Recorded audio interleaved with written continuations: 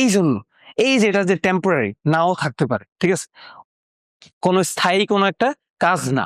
এই ক্ষেত্রে আমরা কি প্রেজেন্ট কন্টিনিউয়াস টেন্স ব্যবহার করব। এই মাসে পরীক্ষা প্রস্তুতি নিতেছে, খুব ভালো কথা, কিন্তু যখন পরীক্ষা শেষ হয়ে যাবে ওরা কি আর প্রস্তুতি নিবে? মেইন বিষয় হচ্ছে এই যে আমাদের খাবারের দামটা ধাপে ধাপে বাড়তেছে, ঠিক আছে, এটা কিন্তু একদিনে বাড়ান।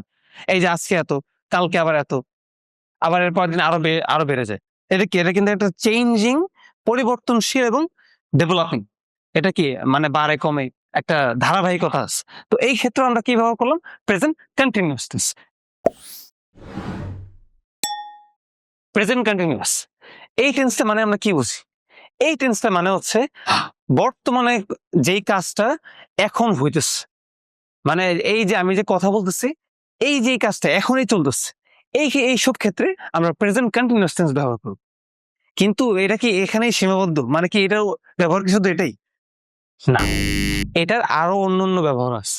আমরা এখন এইটা প্রেজেন্ট কন্টিনিউয়াস সম্পর্কে ডিটেল দেখবো যে এটার মধ্যে আর কি আছে। চল দেখি।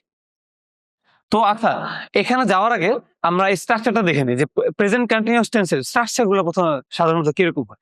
যেমন প্রথমে আমাদের একটা সাবজেক্ট থাকে, এরপরে ভি ভার্ব বসে। ভি ভার্ব কোনগুলো? এম ইজ আর। প্রেজেন্টের ক্ষেত্রে এম ইজ আর আমাদের ভি ভার্ব। এরপরে মেইন ভার্বের সাথে আইএনজি বসবে। এরপরে কমপ্লিমেন্ট। কমপ্লিমেন্ট কি? এই ভার্বের পরে যা আসে সবগুলোকে কমপ্লিমেন্ট বলা হয়। অনেকে এটাকে অবজেক্ট বলে, but it doesn't really matter, দুটো একই জিনিস। সো এখন দেখেন যে এই সাবজেক্ট এবং ভার্ব কোন ক্ষেত্রে কোনটা হবে। যেমন দেখেন এই যে এ আই এর সাথে এম হবে, সবাই জানে। হি শি এটার সাথে ইজ হবে। ইউ উই দে এটার সাথে হবে আর।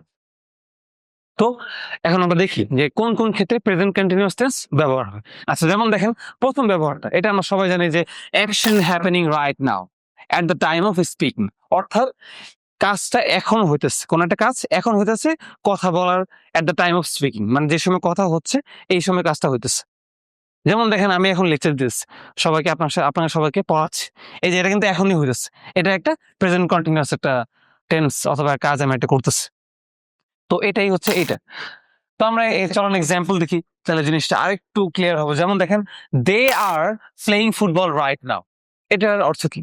এটার অর্থ হচ্ছে তারা এখন ফুটবল খেলতেছে, এখনই খেলতেছে, চলমান জিনিস, প্রেজেন্ট কন্টিনিউয়াস।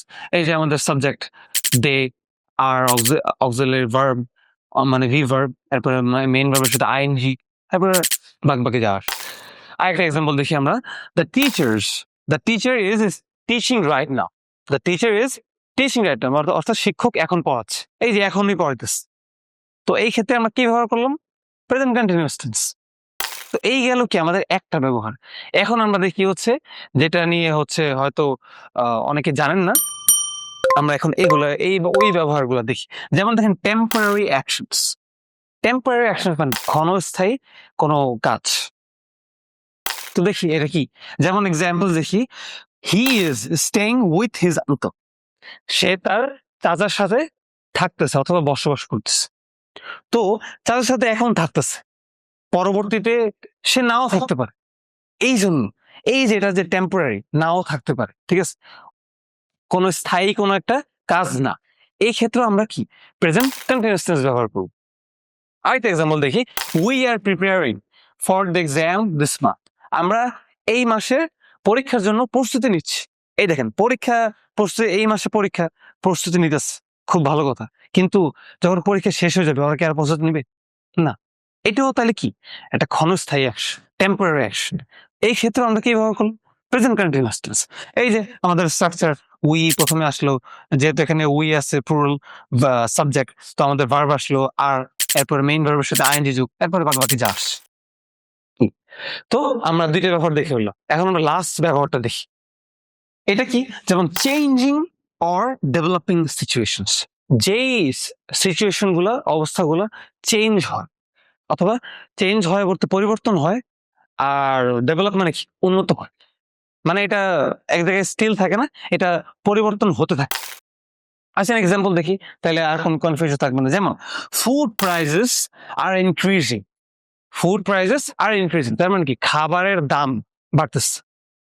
তো খাবারের দাম বাড়তেছে, এটা এটা কি মানে ধাপে ধাপে কিন্তু বাড়তেছে। এটা একসময় কমতেও পারে, ওকে, তো এইটা আমাদের মেইন বিষয় না, কমবে যে এটা আমার মেইন বিষয় না। মেইন বিষয় হচ্ছে এই যে আমাদের খাবারের দামটা ধাপে ধাপে বাড়তেছে, ঠিক আছে? এটা কিন্তু একদিনে বাড়ে না। এই যে আজকে এত, কালকে আবার এত, আবার এরপর দিন আরো বেড়ে যায়। এটা কি? এটা কিন্তু একটা চেঞ্জিং, পরিবর্তনশীল এবং ডেভেলপিং। এটা কি মানে বাড়ে কমে একটা ধারাবাহিকতা আছে। তো এই ক্ষেত্রে আমরা কি ব্যবহার করলাম? Present continuous tense. যেমন দেখেন ফুড প্রাইসেস হচ্ছে আমাদের সাবজেক্ট, তো এরপরে আমাদের অক্সিলারি ভার্ব আসছে একটা আর, এরপর মেইন ভার্বের সাথে আইএনজি যোগ করা হয়েছে। এই চলেন আমরা একটা লাস্ট একটা এক্সাম্পল দেখি, তাহলে আমাদের কনফিউশন পুরোপুরি দূর হয়ে যাবে।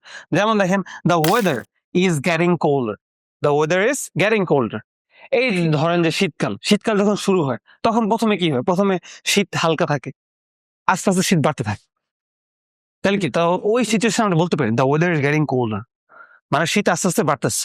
এটাও কি একটা ডেভেলপিং, চেঞ্জিং, পরিবর্তনশীল সিচুয়েশন না? আস্তে আস্তে গ্র্যাজুয়ালি এটা শীত বাড়ে, অথবা আবার শীত গ্র্যাজুয়ালি কমেও যায়। তো এই ক্ষেত্রেও আমরা কি ব্যবহার করব? Present continuous tense. তো এইগুলা হচ্ছে আমাদের প্রেজেন্ট কন্টিনিউয়াস টেন্সের সকল ব্যবহার।